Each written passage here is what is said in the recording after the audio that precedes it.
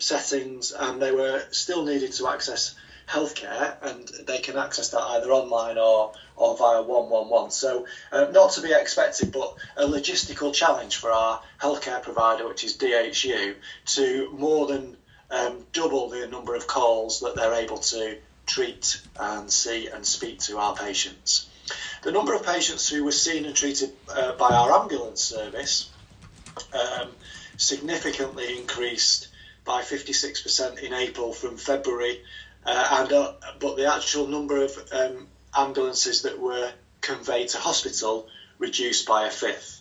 So what that really means is there were a higher number of calls, there were a higher number of patients who were seen but were able to be treated in the community, whether that be in their home or wherever they may be.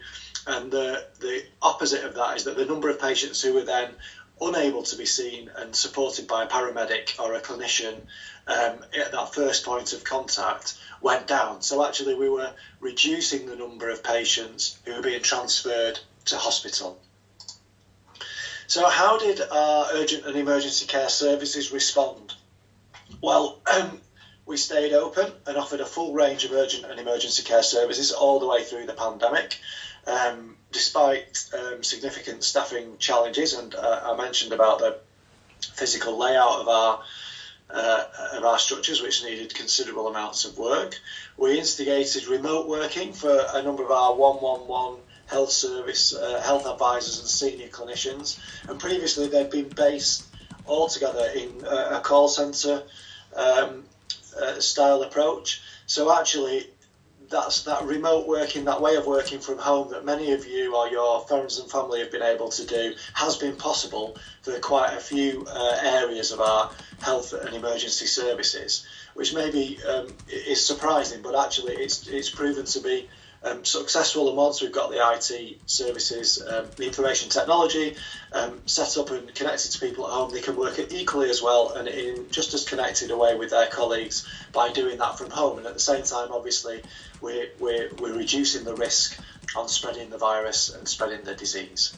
An increased number of senior clinicians in the 111 telephone triage service. So we recruited more clinicians, we had more hours paid for, so that our general practitioners, our allied health care professionals and our allied nurse professionals could actually speak to people themselves. And we find that if we can increase that number, if we can give people the opportunity to speak to a clinician, we can make more timely and more effective decisions, and that's really helpful for our population, but also to make sure that we make the right decisions. And then in the GP out of hours service, whereas previously video consultations or telephone consultations were quite a small proportion of that, mainly it was face-to-face, you'd go into a practice in an out of hours setting, that's been drastically increased as well. And all of these are not finished yet. You know, this has only been 3 or 4 months, and these are quite big structural changes to the way that we're working. But in each of these areas, big progress made in terms of allowing both patients and clinicians not to have to travel unnecessarily. And actually, it's quicker, we find, for patients and their families to access care, and a lot easier. You don't have the issues of travelling and parking and things like that. So last slide for me before I hand over to Paul. The other things that we've done is we've opened key worker community swabbing centres and introduced a county-wide care home swabbing service. And what we're talking about there is making sure that we can test our key workers and our colleagues and also our patients across the care home sector for the coronavirus. And the reason why that's important is because we need to make sure that we separate out patients with coronavirus and non-coronavirus to mitigate the risk of spreading infection across. And the only way to do that is to have a swab taken and get the result in a timely manner. So we've had to drastically increase our capacity and capability to turn those swabbing around in a very quick area, but you'll note from there that that's not necessarily urgent care, that's a wider community service. We've created separate dedicated spaces within our A&E departments so that people with and without COVID symptoms can be treated separately. So again, much in the same way, if you arrive in an A&E department, it should be an urgent emergency or a life-threatening situation. We want to make sure that we can see everyone, but we also want to make sure that we maintain safe distances, we want to maintain safe protocols, and we want to separate people with COVID symptoms from those without, so that we don't put anyone at risk. If any of you have been in hospital recently or in any other settings, you'll note that the use of PPE, face masks, goggles, visors, social distancing has changed beyond our recognition. So from where we were 6 or 7 months ago, that is a challenge, of course, but it's one that is the most appropriate way to maintain people's safety.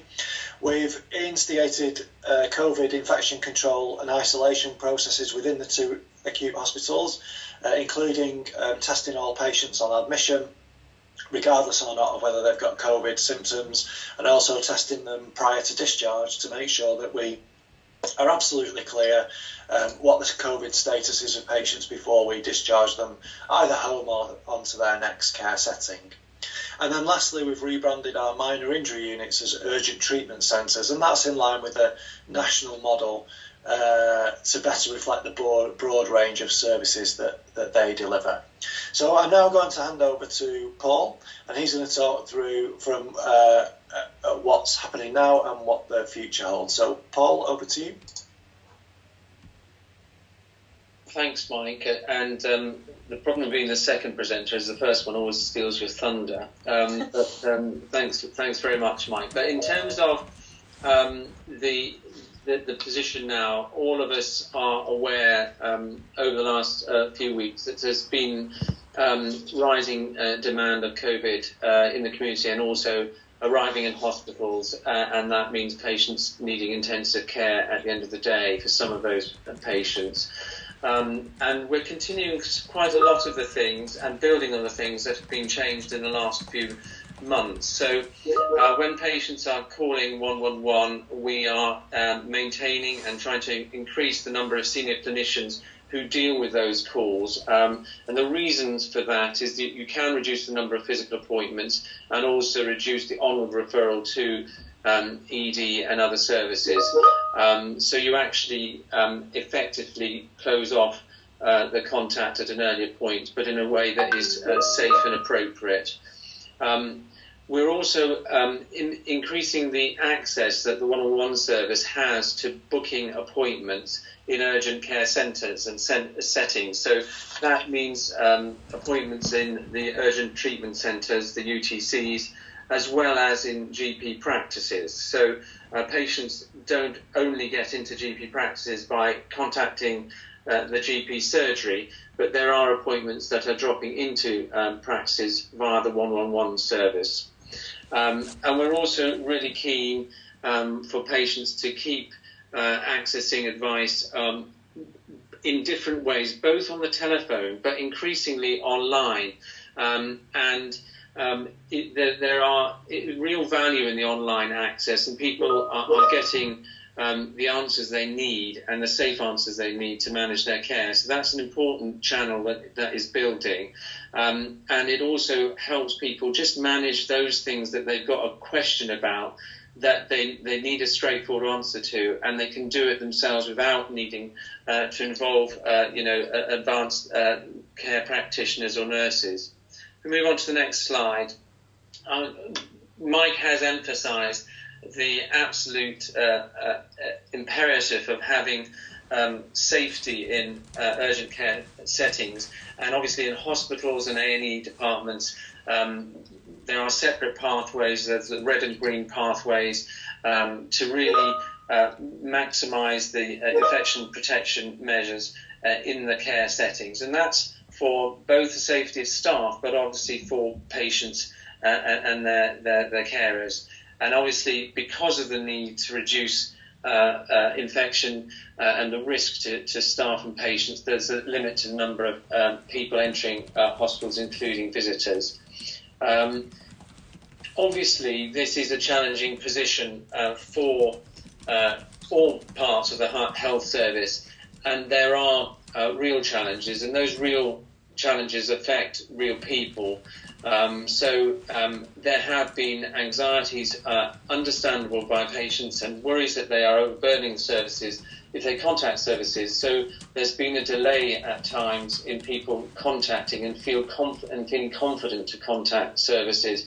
And we really want to emphasise the safety measures that have been put in place. And it's really important for people to contact services if they have an urgent or emergency need, so that they can be dealt with promptly and effectively and early in the day, so it doesn't escalate to a more serious health problem. I think the challenge around physical space in all health settings is really needs to be emphasised. So it applies in A&E, it applies in the urgent treatment centres, it applies actually in GP practices as well, in terms of the number of people you can actually have in the building or in a waiting room at any point. And it applies in the places of work, so that the Mike illustrated that with previously the call handlers for the telephone 111 service were all in a big building and in a big room, and that's just not safe in this environment. So we've had to separate out staff so that the space is at a premium right throughout all the settings. And I think the other challenge currently is that some of the backlog of demand is coming through, and because it is now winter, there is more demand coming through. If we move on to the next slide, Mike, the number 11, the back one. There are opportunities, and what has been, really wonderful actually in this crisis has been the way that opportunities have been seized and new ways of working have been taken up, and those are effective and helpful and convenient and safe for patients, so that the use of video consultations, actually being able to see a person rather than necessarily just on the phone, can clarify what the problem is and can safely deal with that problem in that consultation setting.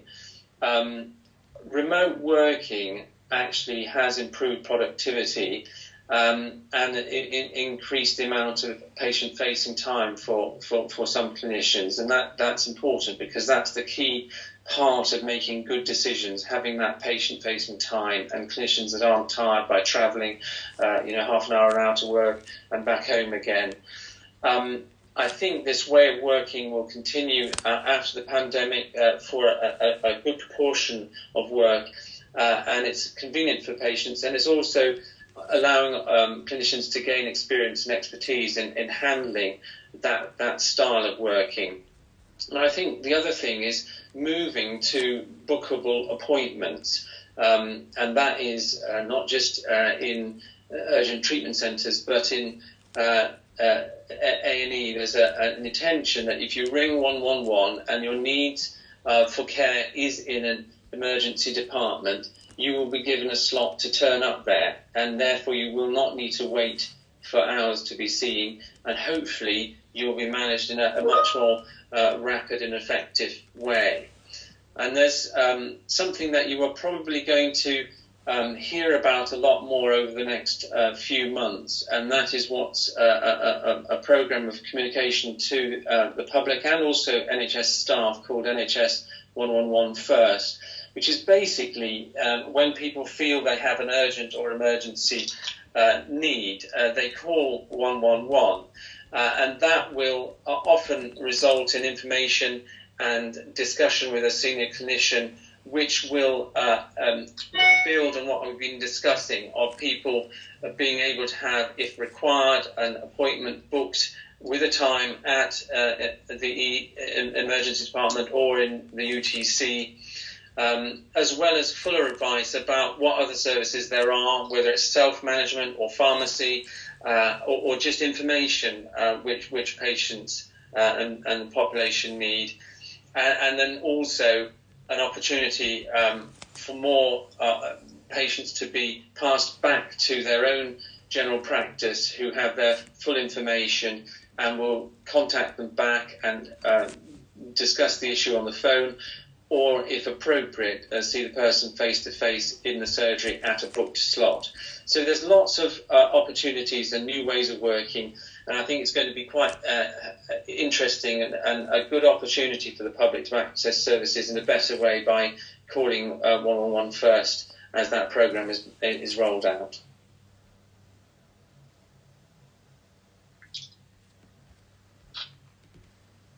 You're on mute, Katie. We've got a lot of questions in the chat box. So the first one came from Anne, and it said, my question for the panel is about maintaining other services in our hospitals during the second wave. What measures have been put in place to try and do this, and how confident are the panel that these measures will work? Mike, I know you've touched on this briefly, but would you like to pick this up? Yeah, of course. So I suppose firstly we should just reflect that from midnight last night the NHS returned to its highest level incident response level. So the NHS is now at its highest level of alert, and that coincides with the national lockdown. Some of the things to say around preparedness to maintain services. So the NHS is working with a view to a vaccine being available at the start of next year, but is planning on the off chance that the vaccine could be available for Christmas. Our NHS is in a similar position to other health services across Europe. And we've touched on some of the preparations that have been made for this phase of the NHS response, both in terms of our local modelling, our workforce modelling and our physical space changes. We talked about the remodelling of A&E departments, increasing testing for staff and patients, and the enhanced offer and availability of PPE. And all those things have been planned as we've gone through the last few months preparing ourselves for this winter phase, which normally coincides with an increase in activity, normally coincides with that increase in flu and other respiratory symptoms, of which COVID is a part of that family. So we are as prepared as we can be. What we don't know is exactly what the impact will be. Currently, the number of coronavirus patients in the NHS that we're seeing is higher than in that peak of mid-April. But the fatalities have halved in hospitals since COVID was first known. So we're able to respond better, we're able to save lives, we're able to reduce mortality levels, but we've still got an increased number of patients in our acute settings, and in part that's led to this lockdown. As the number of patients with COVID rises, of course, the ability for ourselves and other colleagues across the NHS to respond to patients with non-COVID issues will inevitably reduce. What we're working on at the moment, both locally and nationally, is trying to ensure that this happens to the least extent as possible. But it is a very clear risk, and there's only so much that we can do in terms of the modelling.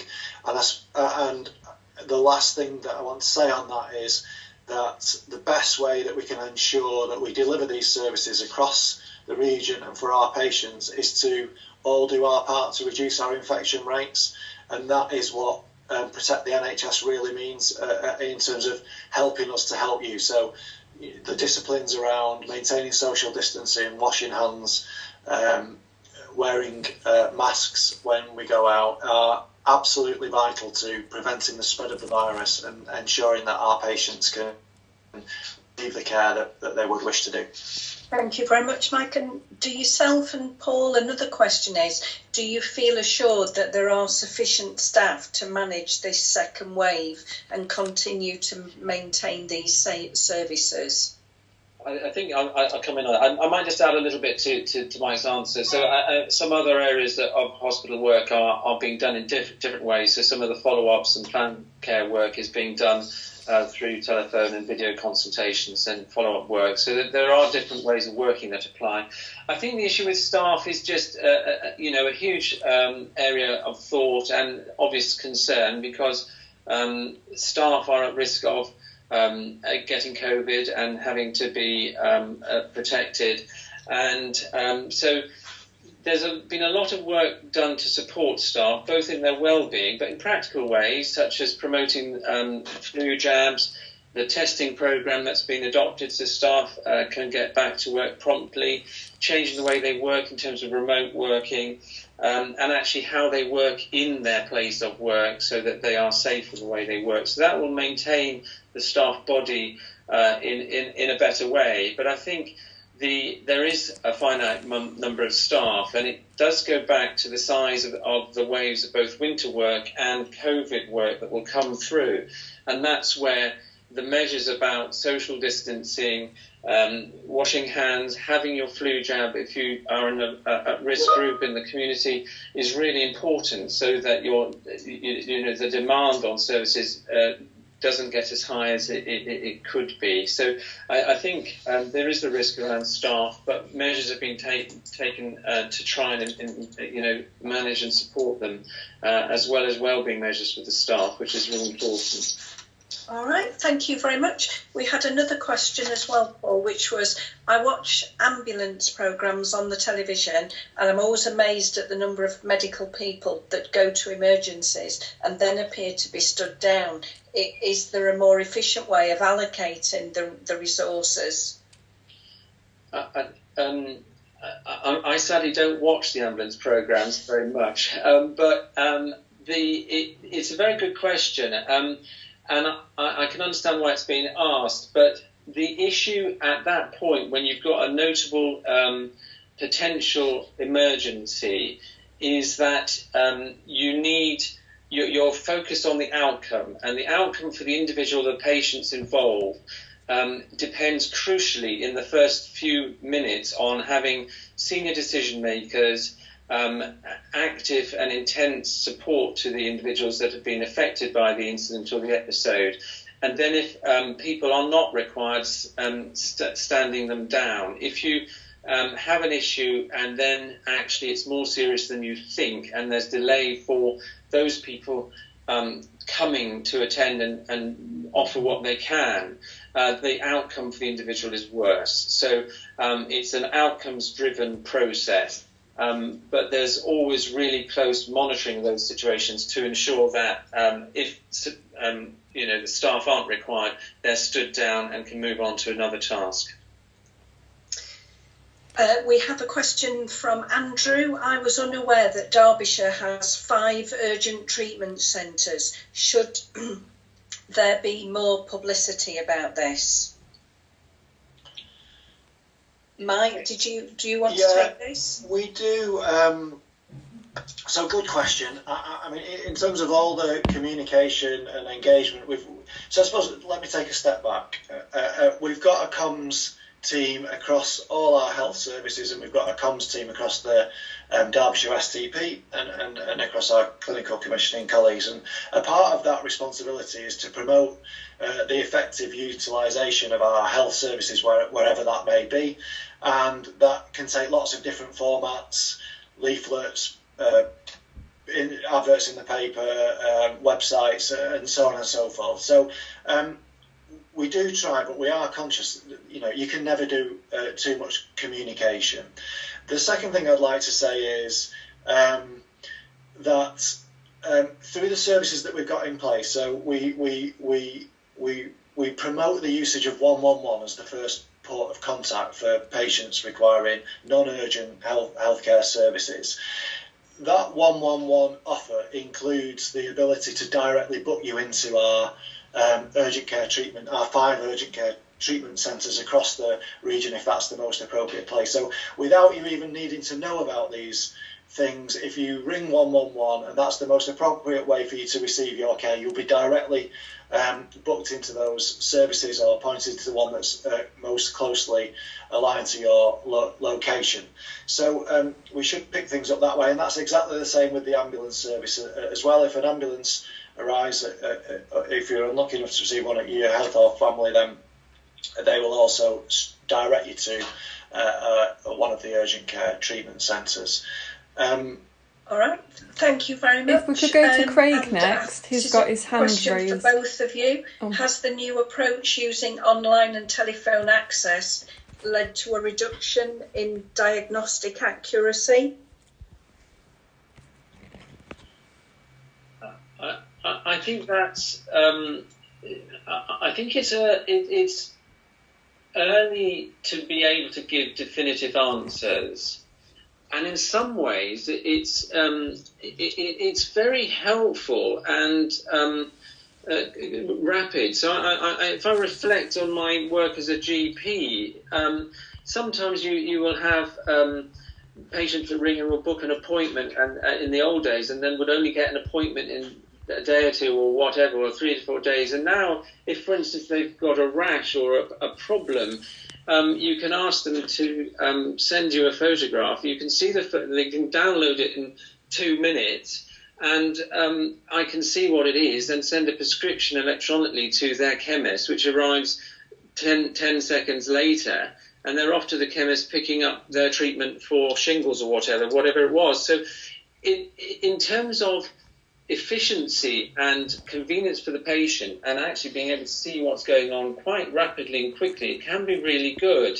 And if you're not confident about what you're seeing, you can also arrange for the patient to be seen face to face. So I think diagnostic accuracy is what all clinicians are seeking to do, and get the right answer. So if you're not confident in doing it through a video or telephone consultation, one way or another, you manage to see the patient and check out what's going on face to face.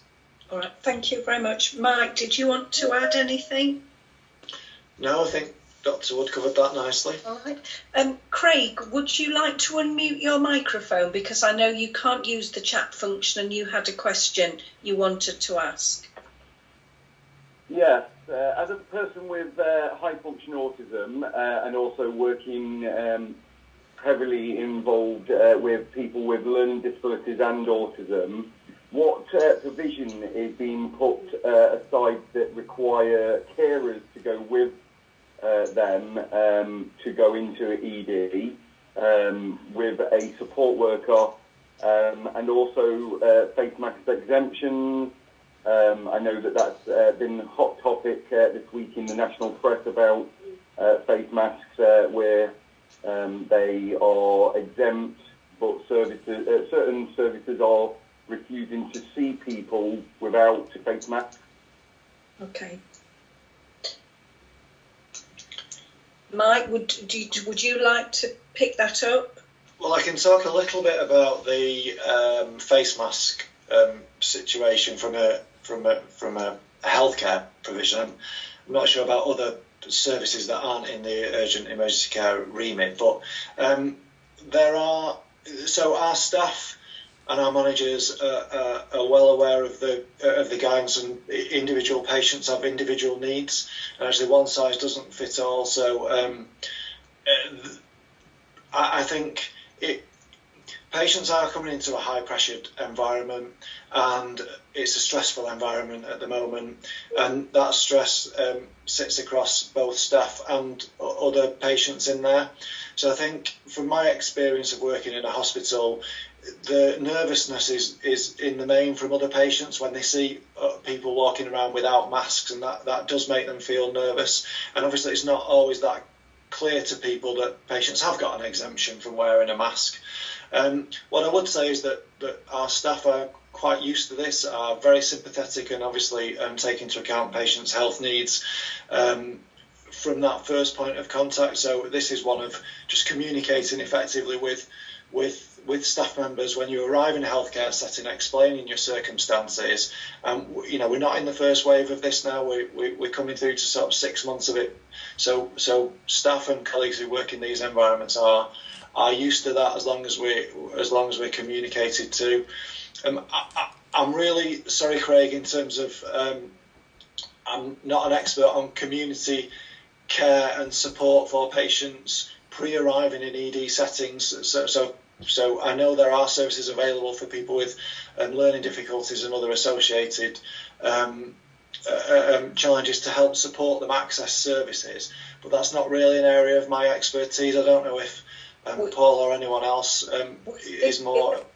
Those elements, Craig, we are happy to pick up, and when we put this recording, all of those kinds of questions, if we feel that we couldn't answer it on this call, we will provide an answer for you, and it will go on to the website with the recording. Paul, unless there was anything you wanted to add, I'm going to move on to the next question. I would just... the other question... I'm sorry, Craig. I'll come back to you, Craig, if that's right, because there are a lot of questions. So I'm going to come back to you, but I'm just going to get through some of the rest of these questions, if that is all right. But I'm aware that you wanted to ask another one, so I will come back to you. So we did have a question from Patricia asking if there's been much hospital-acquired COVID in Derbyshire hospitals. Well, I think it's fair to say that this has changed over the course of the COVID wave that we've gone through. When we first started, whilst the numbers were low, our ability to separate and segregate patients was much less. So there was one ED department, there was one assessment unit, and our wards were similarly singularly delivered. So what we've done over time, as we have learnt really that actually the most important thing that we can do for our patients and for our staff excuse me, is to test early, get a result, monitor symptoms, and make sure that we care for patients in the most appropriate setting and put people in a setting that is most appropriate for them. We're not, unfortunately, in an environment or a world where everyone can have their own separate room and everyone can have their own separate assessment unit and separate ED department. We don't have the staff and we don't have the space. So we have to make the decisions based on the information that we've got. Now, we are getting much better at this. We're getting much better at dealing with people. Our infection control procedures are... we're following the national best practice. We are able to separate patients out. We're able to separate out assessment units.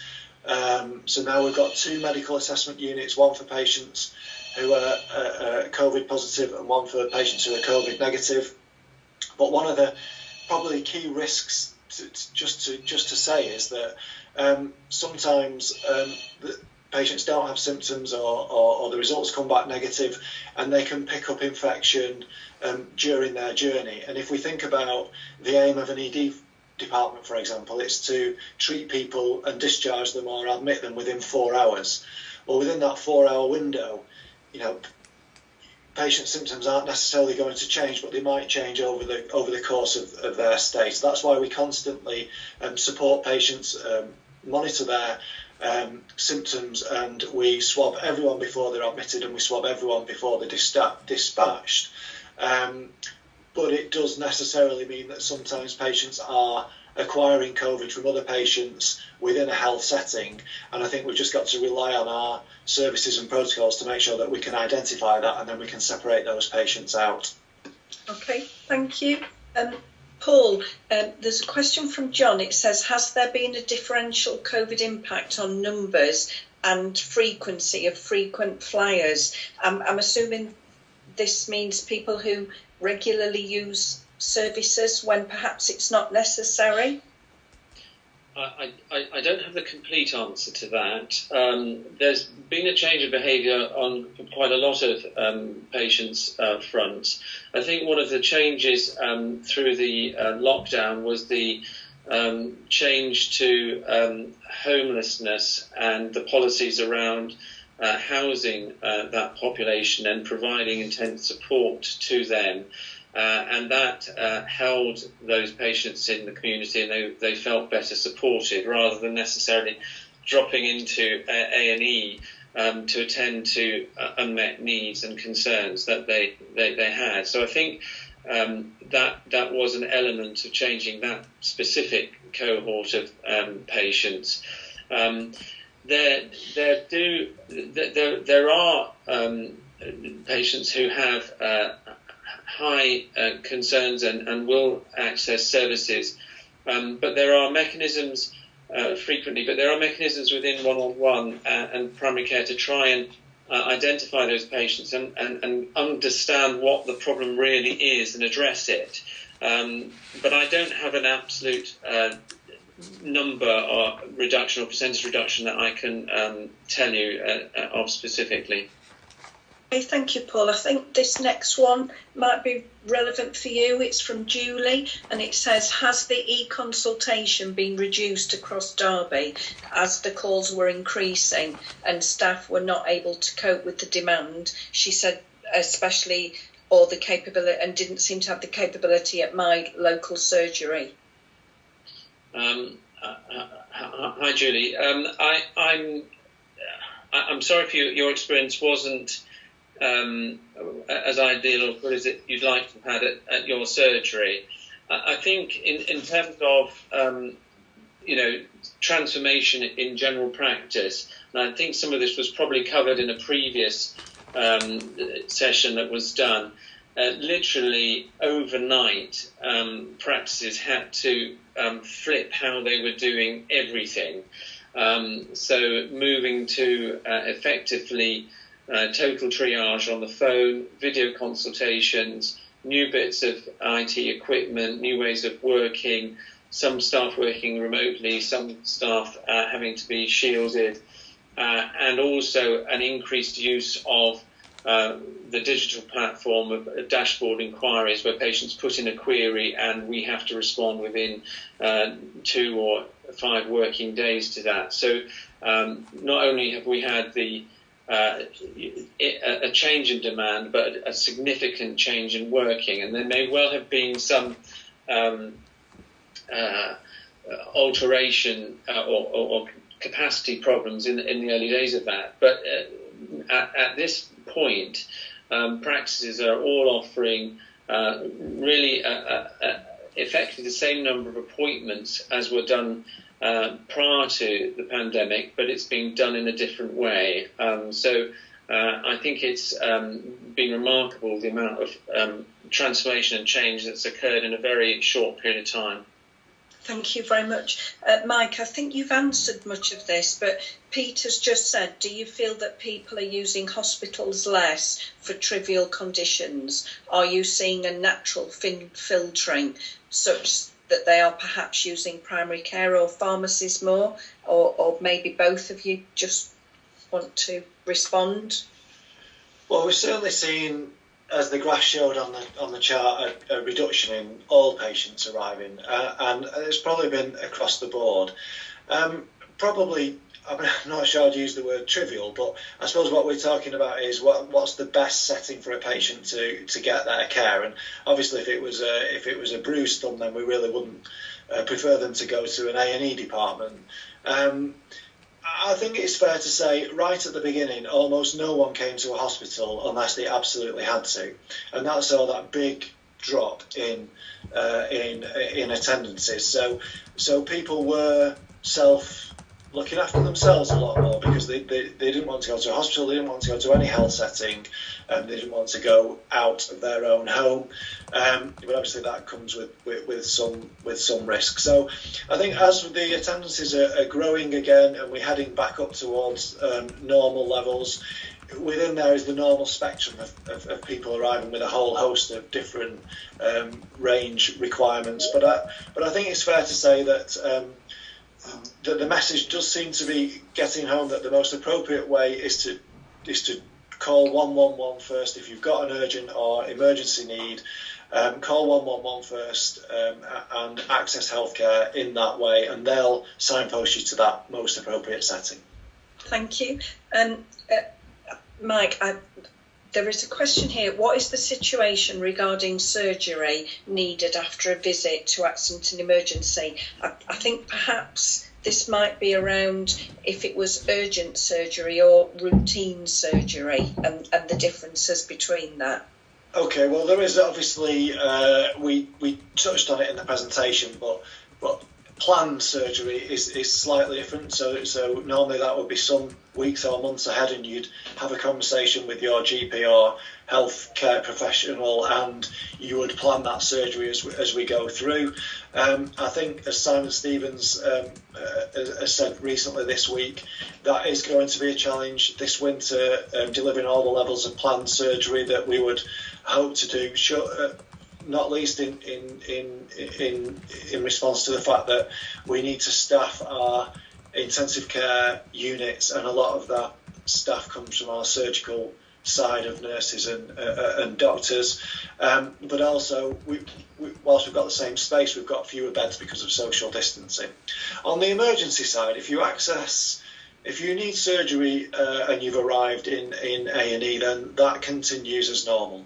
So, for example, if I was to break my leg and that required surgery, clearly I'd come into A&E, I'd have my X-ray, and I'd move on to a surgical ward as appropriate, and I would have that surgery as I always have done. So those pathways have remained the same.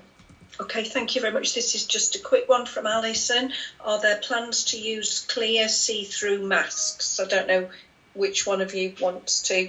Well, we do use. I can jump on that from a hospital perspective. We use all types of masks and have done all the way through the pandemic. So the PPE supplies that we received varied as they were all ramping up, and we had all different types and different styles. So what we found where the NHS is at the moment is there's a prescribed model of PPE that we use in different areas. So if you're in a clinical area, you may have one style of face mask. If you're in an intensive care unit or an area that involves a procedure on a patient, you might have a slightly higher level of mask and protection for patients and stuff. And if you're in a lower, maybe patient-facing area, if you walked into the site and you went onto M&S or into one of the coffee areas, they also will be wearing PPE, but at a slightly different level. So you may well see some of the visors being used. I think they're quite helpful to prevent some exposure, but you will see people wearing face masks as well if they do that, because it really is wearing the face mask is the most important mask to wear. Thank you very much. And we've had a question from John, Paul. You mentioned the flu jab. Could you emphasise the need for patients to have the jab, and how are doctors' surgeries programming their clinics and communicating with patients how to access the flu clinics? Well, I certainly would emphasise the flu jab. We simply need to have patients protected, and we need staff to be protected too. And the reason for that is less people with severe or complications of flu being admitted to hospital is better for them, and it's better for the services.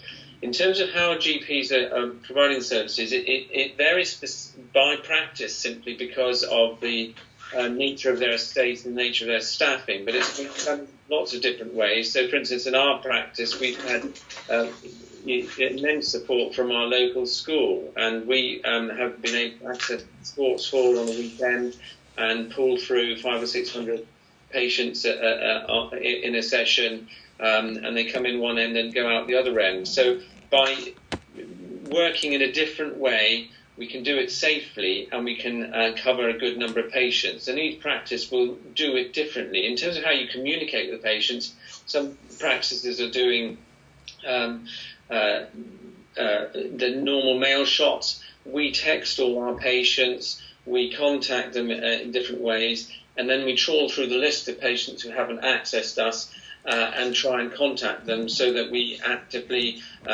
get those in who are at high risk for this winter. So that, but each practice will do that in a slightly different way. Thank you very much, Paul. Obviously, there are a lot of questions. I'm very conscious about that. So I think we're going to have to give very brief answers. But another John, there are a lot of Johns on this call, has asked specifically, Paul, of you, are you seeing problems in getting suitable care at home for patients who are discharged from hospital earlier than pre-COVID because of the challenges that you've already discussed? I think patients are being discharged home at the appropriate point in their care when they do not need an acute hospital setting, I think there are difficulties in accessing sometimes the support packages from social care. And some of that is simply about the number of staff to provide those packages, and depends on where you are in the city or the county for that. But there's a lot of active work being done to try and provide those packages of care as well as possible. If you're talking about medical practice, packages of care in terms of district nurses and support staff going in, there has been transformation in terms of how the community trust is providing those services, and they have rapid response teams, which in my experience have been remarkably positive and responsive. And I've had experience of exceptional care, particularly for patients with end-of-life care needs. I've been impressed and touched by the commitment and connection and rapidness of the response they've had to those situations and those individuals and their families. Thank you very much, Paul. Mike, there's a question here. You talked about swabbing centres. The question is, could you say where they are, please? Well, I can say no. The swabbing side of things is run by a microbiologist in association with Public Health England. So at Derby Hospital there is a swabbing and testing centre on behalf of the Derbyshire system, so they receive swabs from patients and staff both in the acute here and at Chesterfield and in our community provision. But in terms of the wider public health swabbing services, if you're asked to go for a swab, that's slightly out of my area of expertise. All right. So on the swabbing question, what we can do is that we will get a full and comprehensive answer from Public Health, and we'll make sure that with these slides and the recording, we do answer that question for you.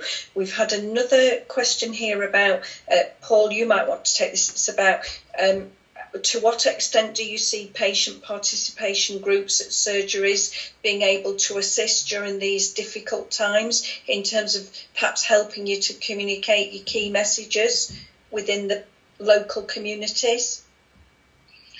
I think it's quite interesting and challenging, and I think it's an area to work through further, and I think it will be different for different surgeries because the patient participation groups are more robust or more mature in some surgeries than others. And again, a lot of patient participation groups are often somewhat on the more mature end of the spectrum, and consequently there's been risk with them coming together. So they're now being held in part on Teams and Zoom type meetings with, I think, variable success. And I think just there is real value in communicating just what's going on in the practices, the changes in how practices are working, and messaging around flu jabs and other requirements for their health that can be shared through that channel. And so I think they're a really good way of explaining how the practices are having to do things differently and how patients can help the practices as well. But I think there's more that can be done through these groups, but and it's worth probably exploring in more detail. And if you've got any ideas, absolutely share them and explain them, because I think we just are all learning and want to do things better, basically. Thank you. And finally, Craig, if we go to you very briefly for the last question. I know you said you had another part of a question. Yeah, it was in relation to mental health crisis, emergency crisis. What provision is being put in because you present into an ED, but then you could be waiting several hours basically for basically the mental health trust to actually present, and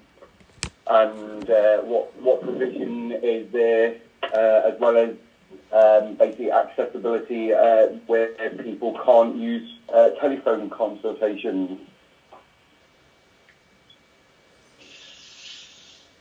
So I suppose a couple of just quick ones, and then Paul, feel free to jump in. So there's been a lot of investment in mental health community services and their crisis response services over the past 18 months, and that's ongoing. And they've also invested quite a lot in terms of their transformation to support patients being able to be dealt with in the community. So I suppose the first point to that is, if patients with a mental health need shouldn't be accessing mental health care via an A&E department. And there's a lot of work that's ongoing to support and enable that to happen, alongside partnership work with local authorities and the police, just to make sure that happens. If a patient arrives in an emergency department with a health need and also a mental health need, then obviously we've got to align those two services. There are mental health practitioners that work on the acute site and can help and support with that for children and for adults. But if it's a more specialised support that we need, or for a slightly more complex patient, then we have to we put a call in and we get a response around that. Now that obviously places on a challenge to us as a provider to deal with a patient within 4 hours if we're trying to deal with a health need and a mental health need. But we do have processes in place that support that. And just I suppose the last thing before I just hand over to Paul on that is that we do see quite a lot of complex patients in our children's emergency department and our adults emergency department, and quite often, and there's not just one patient in any of those departments at any one time, and that obviously uses up they need quite a lot of support and help and resilience from both health, social care and our mental health providers. So we do work together very well. It's not an unknown problem to us, and we have good partnership work, but sometimes we can have high numbers, and that can unfortunately lead to long waits, as in any other area of care. Paul, is there anything you wanted to add? Well, I think it's important to just emphasise that through NHS 111 first, there will be direct links through into the mental health response and the 24-hour response lines and services that they have in our building. So it should be that is a really good route, and patients are being advised of that, and also of direct access to their crisis teams that they have if they're in service. So there are specific mental health services that are set up for patients that have mental health problems, and then those that can start presenting anew can be referred through on 111. In the community, there's also been the community providers, the Talking Mental Health Derbyshire and Trent PTS, which have initially had a period of time when they were unable to really sort themselves out with services, but then really very rapidly got going and are doing a lot of calls and consultations again by phone, and have actually had for the last few months reduced waiting lists, but they are building up again. So those services are there and accessible, and people just perhaps need to be aware of that, because obviously the sort of mental health demand on people and the population has been intense and significant in the last few months, and we're aware of that. And there'll be a continued demand on that going forward. And so I think all of the senior clinicians and management teams within Joint Up Care Derbyshire and the health community are really concerned and thoughtful about how to best attend to this. It's not just about urgent emergency care, it's not just about operations, it's not just about cancer, it's also about mental health and serving that population and those needs. Thank you very much, Paul. I'd like to thank everybody who's joined today. I hope you found it useful and informative. I'd like to thank Paul and Mike for presenting for us and fielding the questions that came through. So thank you very much to both of you. Thank you to everybody who joined.